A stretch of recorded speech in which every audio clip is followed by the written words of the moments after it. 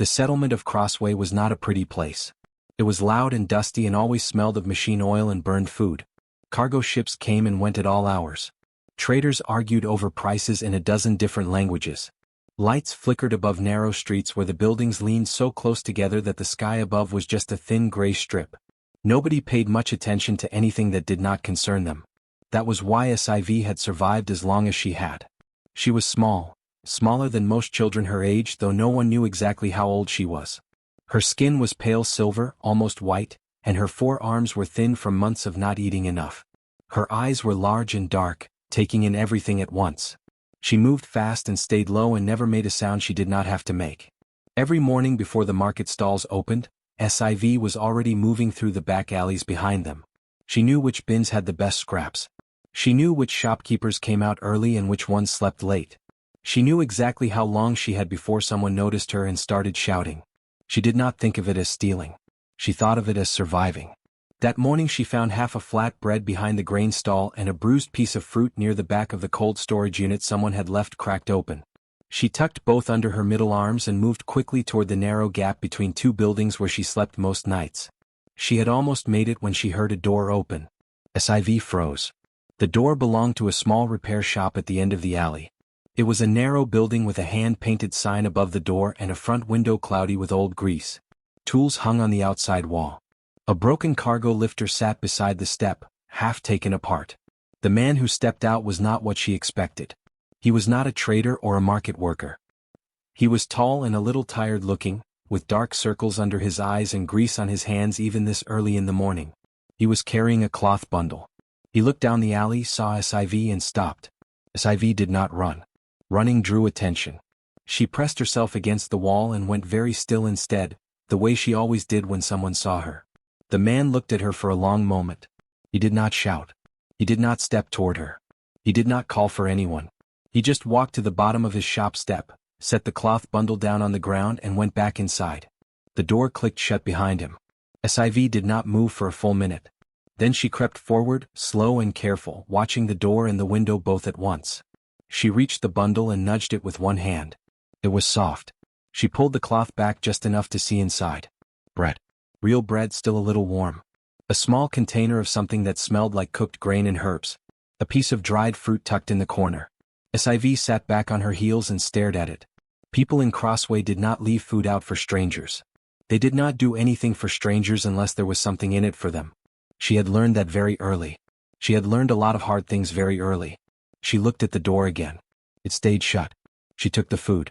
She ate it in her gap between the buildings, sitting with her back against the cool stone wall. The bread was soft and the grain was warm, and it was the best meal she had eaten in longer than she could clearly remember. She did not let herself feel too much about it. Feeling too much about things led to disappointment, and disappointment was something she could not afford. But she did not throw away the cloth the food had been wrapped in. She folded it carefully and kept it. The next morning she came back earlier than usual. She told herself it was just because the alley was a good route. She told herself she was not looking for anything.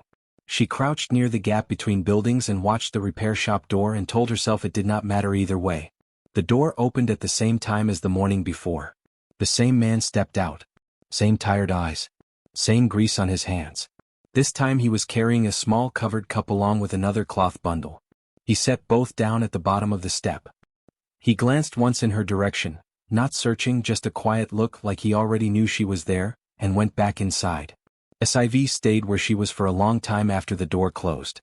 Then she crossed the alley and picked up the bundle and the cup. The cup had something warm inside, sweet and faintly spiced. She carried it all back to her wall and sat down and ate slowly, letting herself taste each bite instead of swallowing fast the way she usually did when she was afraid someone would take the food before she finished. She looked at the shop from where she sat. The sign above the door had words she had learned to read a little in the common trade language. It said a name. She sounded it out quietly to herself. Aaron. She did not know what to do with that. A name made a person more real. A real person could choose to stop leaving food. A real person could decide one morning that she was not worth the trouble. But the food was warm. And for right now that was enough. She folded the cloth again and tucked it under her arm and watched the shop door until the rest of the settlement woke up around her. 3 days passed. Then 4. Then 7. Every morning the door opened at the same time. Every morning the same man stepped out with a cloth bundle and set it at the bottom of the step. Every morning he glanced once in the direction of the gap between the buildings, not searching, not staring, just a quiet look, and went back inside. SIV always waited until the door was fully closed before she moved. But she was moving a little faster each day, and stopping a little closer. On the third day she had eaten at the mouth of her gap, just visible from the shop if anyone had looked carefully. On the fifth day she had crossed to the middle of the alley. On the seventh day she sat on an old crate not far from the bottom of the shop step and ate there in the open, where the morning light reached, and did not feel the need to press her back against a wall. She was not sure when that had happened. She was not sure she liked that it had happened. Trusting things too quickly was dangerous. She knew that. But Aaron never came out a second time. He never opened the window to check on her. He never sent anyone else out to watch her. He just left the food and disappeared back into his shop and let her do whatever she needed to do with it. That was a strange kind of respect she had not expected from anyone. Inside the shop she could sometimes hear sounds. The knock and clatter of tools. The low hum of something electrical being tested. Once she heard a child's voice, high and bright, asking a question she could not make out through the wall. Aaron's voice answering, patient and low. She had not known there was a child inside. She thought about that more than she expected to. On the ninth day the food bundle had something new tucked beside it. A small pair of socks, thick and soft, folded neatly. SIV stared at them for a long moment. Then she looked down at her own feet, bare and dusty and cracked at the heels from walking on rough stone every day. She took the socks. She put them on right there in the alley and sat looking at her own feet for a moment like they belonged to someone else. Then she picked up the food and ate. The rain started on the 11th day. It came in the late afternoon, which was unusual for Crossway. Most of the rain came at night, quick and cold and gone before morning. This rain was slow and heavy and showed no sign of stopping. It turned the dust of the alleys into dark mud and ran in thin rivers along the edges of the buildings. SIV had no shelter that could handle real rain. Her gap between the buildings had a slight overhang, but it was not enough. The stone floor was wet within the hour. She sat with her forearms pulled tight around herself and watched the water come down and thought about where she could go that would be worse than this. She could not think of anywhere that would be better. The repair shop light was on. She could see it through the cloudy front window, a warm yellow glow that made the rain look darker by comparison. She could hear the sounds of work inside still going even at this hour. A tool being set down. A quiet word to someone. She watched the light for a long time. The door opened. Aaron stepped out onto the top step under the narrow roof overhang. He was not carrying food this time. He was not carrying anything. He just stood there with the door held open behind him, one hand on the frame, and looked out at the rain. Then he looked at SIV. She was soaked. She knew she looked bad. Her silver skin had gone dull and her hair was flat against her head and she was shivering in a way she could not quite control. Aaron did not say anything. He did not wave her over or hold out a hand or make any gesture that could be misread. He just held the door open and waited. SIV sat very still. Every part of her that had learned to be careful told her to stay where she was. A door held open was just a door held open. It did not mean anything was safe on the other side. She had walked through doors before when someone seemed kind and found out quickly that kindness had conditions she had not agreed to. The rain hit her face and ran down her arms and dripped off the ends of her fingers. Aaron did not move. He just waited, holding the door, looking out at the rain like he had all the time in the world and no particular opinion about how she used it. SIV stood up. She crossed the alley slowly, watching his face the whole time. He did not smile in a way that felt like pressure. He did not reach for her. He just stepped back to make room and let her walk through the door herself. The inside of the shop was warm. It smelled of oil and metal and something cooking somewhere further back. Tools covered every surface. A half-rebuilt machine sat on the main work table under a bright light. It was cluttered and small and not especially clean, but it was warm in a way that went past just temperature. A boy was sitting on a stool in the corner doing something with a piece of wire. He looked up when SIV came in. He had the same tired eyes as Aaron. He stared at her for exactly 2 seconds. Then he held up the piece of wire. "I'm making a bird," he said simply. "Do you want to see?" SIV looked at him. Then at Aaron, who was already moving toward the back to get a towel and a bowl of something hot. Nobody was asking her anything difficult. Nobody was asking her anything at all. She walked over to the boy and looked at the wire bird. The wire bird had 3 loops for wings and a twisted beak that pointed slightly to the left. It was not very accurate as birds went. But the boy had made it himself and he held it up with the kind of pride that did not need anyone else's approval to exist. SIV looked at it carefully with her large dark eyes. She reached out one of her smaller lower arms and touched the wing loop gently with one finger. "It's good," she said. Her voice came out quieter than she intended. Rougher too, from too many days of not using it much. The boy beamed like she had said something extraordinary. "I'm Leo," he said. She looked at him. "SIV," she said. Leo nodded seriously as if they had just completed an important transaction, and went back to bending the wire. He did not ask what she was or where she came from or why she had 4 arms instead of 2. He just made room on the bench beside him without being asked and kept working on his bird. SIV sat down. Aaron came back from the rear of the shop with a thick towel and a deep bowl of something warm. He set both on the edge of the work table near her without making a production of it. No fuss. No words that would make her feel like she owed something. He just put them there and went back to the machine he had been working on before she came in. SIV dried her arms and face with the towel. She picked up the bowl and smelled it first the way she always did with unfamiliar food. Grain and vegetables and something faintly smoky. She tasted it carefully. Was good. Was very good. She ate the whole bowl before she realized she had stopped watching the door. That night Aaron pulled a folded cot from a back storage room and set it up in the warm corner near the small heating unit. He put a blanket on it and a flat pillow and then went to bed himself without ceremony, calling goodnight to Leo, who was already half asleep on the small couch with the wire bird balanced on his chest. SIV sat on the edge of the cot for a while. She pressed her hand down on the surface. It was soft. Not the ground. Not stone. Not the floor of a cargo bay or the hard bench of a market stall where she had slept a few times when the alleys were too cold. A cot. With a blanket. In a warm room. She lay down slowly and pulled the blanket up and stared at the ceiling. She did not sleep for a long time. Not because she was uncomfortable. Because she kept waiting for the part where something went wrong. Nothing went wrong. In the morning she woke to the sound of Aaron already in the shop, tools moving, something being fitted and tested. Leo was at a small table eating breakfast and drawing something on a scrap of paper. When he saw SIV sit up, he pushed a second plate toward the edge of the table without looking up from his drawing. SIV looked at the plate. Then at Leo. Then she got up and sat at the table and ate. It was such a small thing. The plate being pushed across. The space being made without anyone announcing it. She felt it somewhere behind her ribs in a way she did not have a word for yet. After breakfast she watched Aaron work for a while from the doorway between the front shop and the back room. He was fixing a calibration unit from one of the cargo loaders.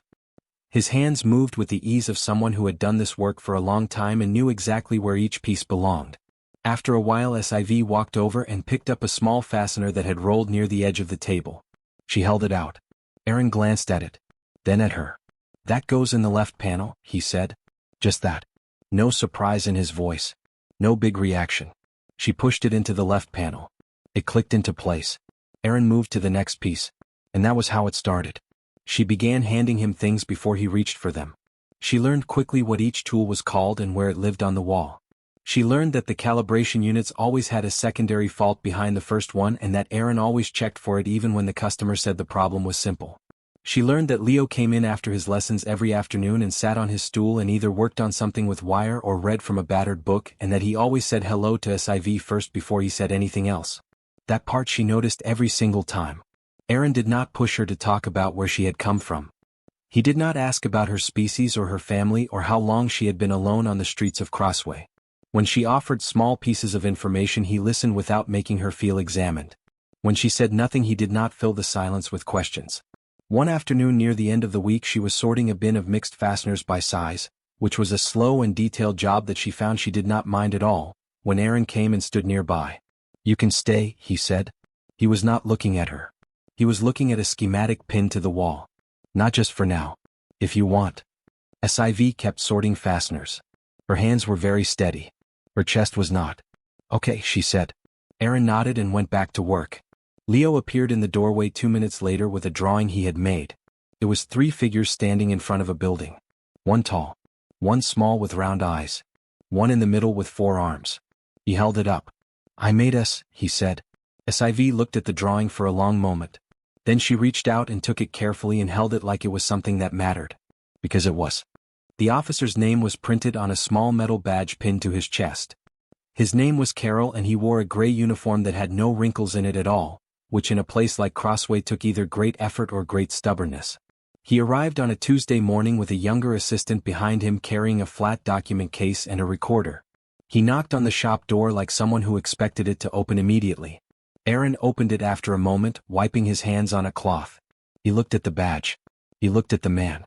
His face stayed calm in the way that faces stay calm when the person behind them has already decided not to be pushed around. "Aaron," Carol said. "That's me," Aaron said. "I am Officer Carroll from the Colonial Settlement Authority. I am here regarding a child currently in your care. A child of Solvan origin."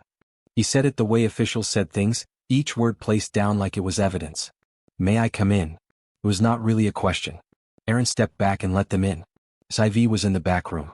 She had heard the knock and then the voice, and she had gone very still the way she used to go still in the alleys when someone came too close. Leo had been sitting on his stool reading. When he heard the tone of the voices in the front, he came and stood beside Sci-Fi without a word and took her lower right hand in both of his. He held it firmly. Sci-Fi looked down at him. He looked up at her. He did not look scared. He looked like someone who had made a decision. She held his hand back. Aaron brought them through to the front room where there was more space. Carol looked at Sci-Fi with the careful, measuring look of someone conducting an assessment rather than meeting a person. His assistant set up the recorder on the corner of the work table. "The Solvan are a protected species under Interstellar Settlement Code 14, Carol began. "Children of Solvan origin cannot be placed in informal care arrangements without review and approval from the Colonial Authority. This is for their protection." "She was living in the alley behind my shop," Aaron said. "Alone. In the rain." "That is understood. However, the proper channels exist for a reason." "I fed her," Aaron said. "Then I gave her a dry place to sleep. I did not know I needed to file a form for that." Carol's expression did not change. "The situation has developed beyond that, it appears. You are providing ongoing shelter, meals, and what I am told is a working arrangement inside your business. This constitutes informal guardianship without authorization." "Then authorize it," Aaron said simply. Carol opened the document case his assistant handed him. He laid several papers on the work table. "Mr. Aaron, there are facilities better equipped to handle children of Solvan origin. There are specialists. There are others of her kind. The authority can arrange transfer within the week to a care center on Delvin Station where she would have proper." "No," Aaron said. Carol looked up. "No," Aaron said again the same way, no louder than the first time. "She is not going to a facility on another station. She has a bed here. She has work she likes doing. She has someone who notices if she has not eaten." He set the cloth down on the table. "That is what she needed. That is what she has. You are not taking that." Carol was quiet for a moment. Then he looked at Sci-Fi directly for the first time since he had entered the room. "Child," he said, not unkindly but not warmly either. "Do you understand what is being discussed?" Sci-Fi looked at him. Every quiet instinct she had built up over months of surviving alone told her to say nothing. Saying nothing kept you invisible. Invisible was safe. She had lived by that for a long time. But Leo's hand was in hers. And Aaron was standing at the table looking at no one but Carol and not moving an inch. Sci-Fi lifted her chin. "I understand," she said. Her voice was steady. "You want to move me somewhere that is supposed to be better. Somewhere with people who know about my kind." She paused. "I have been moved before. By people who said things like that." Carol said nothing. "Nobody there knew my name in 3 days," Sci-Fi said. "Aaron knew my name the same day I told him. Leo knew it in the first minute." She looked at the papers on the table. "Your facility has specialists. This shop has people who leave food outside before they have even spoken to me. Those are not the same thing." The room was quiet. Then a sound came from the front door. A knock lighter than Carol's had been. Aaron crossed and opened it. The woman standing there was older, with 4 arms folded neatly and silver skin several shades deeper than Sci-Fi's. She wore no uniform but carried a small identity tile which she held up briefly for Aaron to see. "My name is Sarah," she said. "I am a Solvan community representative. The authority contacted me as a formality before this meeting." She looked past Aaron to Carol. "I came in person. Also as a formality." She walked in and stood beside Sci-Fi and looked at Carol with an expression that was perfectly polite and entirely immovable. "I have reviewed the arrangement," Sarah said. "I find it suitable. More than suitable." She looked down at Sci-Fi, then at Leo still holding Sci-Fi's hand, then at Aaron still standing at the table. "The child is connected. She is fed. She is safe. She has people." Sarah looked back at Carol. "That is the entire standard. It is met." Carol looked at his papers. He looked at Aaron, at Sarah, at Leo, at SIV. He picked up the papers and put them back in the case. I will need to file a follow-up review in 60 days, he said. Fine, Aaron said. Carol and his assistant left. The shop was quiet for a moment after the door closed. Then Leo looked up at SIV and said in his straightforward way, I did not like him. SIV looked down at him. Neither did I, she said. And for the first time in a very long time she almost smiled. The 60 days passed quietly. No more officers came to the door. No more document cases were laid on the work table. Carol filed his follow-up review from a distance, which meant someone came by once, looked around the shop for 10 minutes, watched SIV hand Aaron a calibration tool without being asked, watched Leo show SIV a new wire figure he had made, wrote something on a pad and left without saying much at all. The official letter came on a gray morning when the cargo ships were loud overhead and the settlement smelled of rain that had not arrived yet. Aaron opened it at the work table. He read it once. Then he set it down and went back to the engine part he had been working on. SIV watched him from across the room. What does it say? She said. Aaron looked up. There was something in his face that was not quite a smile but was close to one. The kind of expression that meant something good had happened and he was not sure yet how big to let himself feel it. It says you are staying, he said. SIV stood very still. She had been almost certain it would go that way. Sarah had been confident. Aaron had never seemed worried. But almost certain and actually true were two different things and she had spent enough of her life on the wrong side of that difference to know better than to trust almost. But the letter was on the table. The words were in it. Legal guardianship granted. Placement confirmed. Case closed. She looked at the letter for a long moment. Then she picked up the fastener she had been sorting and put it in the correct bin and went back to work. But her hands were not quite steady for a few minutes and she did not mind that they were not. Leo came in after his lessons as he always did. Aaron had not told him about the letter yet. He sat on his stool and looked at both of them and tilted his head the way he did when he sensed something had shifted. What happened? He said. SIV is staying, Aaron said. Officially. Permanent. Leo looked at SIV. SIV looked at Leo. He got off his stool and walked over and hugged her with both arms around her middle, which meant his arms went around two of hers and he did not seem to notice or care. SIV stood with all four arms held slightly out to the sides for a moment, not used to being held like that, not sure what to do with the feeling of it. Then she put two arms around him and held on. He did not say anything. He did not need to. That evening Aaron closed the shop an hour earlier than usual. He brought out a small wooden board he had been working on in the back room for the past 2 weeks, which SIV now realized he had kept deliberately out of her sight. He had sanded it smooth and painted it a deep blue and cut the edges clean. He had painted 3 names on it in careful white letters. Aaron, Leo, SIV. He brought a small ladder out to the front of the shop and climbed up and hung the board above the door, below the old sign with the shop name. He came back down and stood on the step and looked up at it. SIV stood beside him and looked up at it too. Her name was up there in white paint on a blue board above a door in the middle of Crossway Settlement. A name that had been given to her by a trader who lost her in a crowd and had never meant to be anything more than a label to keep track of her. Now it was on a sign next to 2 other names that meant something. She did not know what to do with that either. She was finding there were a lot of things like that lately. Good things she did not yet have the right response to because she had not had much practice receiving them. Leo looked up at the sign and nodded seriously. It looks good, he said. The letters are even. I measured twice, Aaron said. You always measure twice, Leo said. That is why the letters are even, Aaron said. SIV almost smiled again. She was doing that more often now, the almost smiling. It was becoming something she thought might eventually turn into actual smiling if she gave it enough time. The evening settled over Crossway the way it always did, slowly and without ceremony. The cargo ships went quiet for a few hours. The market stalls folded up. The lights along the main road came on one by one, orange and steady against the darkening sky. Aaron went inside to start the evening meal. Leo followed him, already talking about something he had read that afternoon, some fact about a planet far away that had rivers that ran uphill because of the way the rock beneath them was shaped. SIV stayed in the doorway. She looked out at the alley. The same alley she had moved through every morning for months, low and fast and silent. The same gap between buildings where she had slept with her back against cold stone. The same bins. The same narrow strip of sky above the leaning rooftops. It looked different from the doorway of a place that belonged to her. Not smaller. Not less real. But different. Like looking at something you had always seen from the outside and realizing for the first time you were on the inside of it now. She thought about the girl who had pressed herself against that wall and gone very still so no one would notice her. Who had eaten fast so no one would take the food. Who had not let herself feel too much about a warm meal because feeling too much led to disappointment. That girl had been very tired. SIV breathed in the evening air of Crossway, oil and dust and the faint smell of something cooking from 3 buildings over. She was not tired like that anymore. She was not afraid of tomorrow. She turned and walked back into the warm light of the shop and let the door close gently behind her.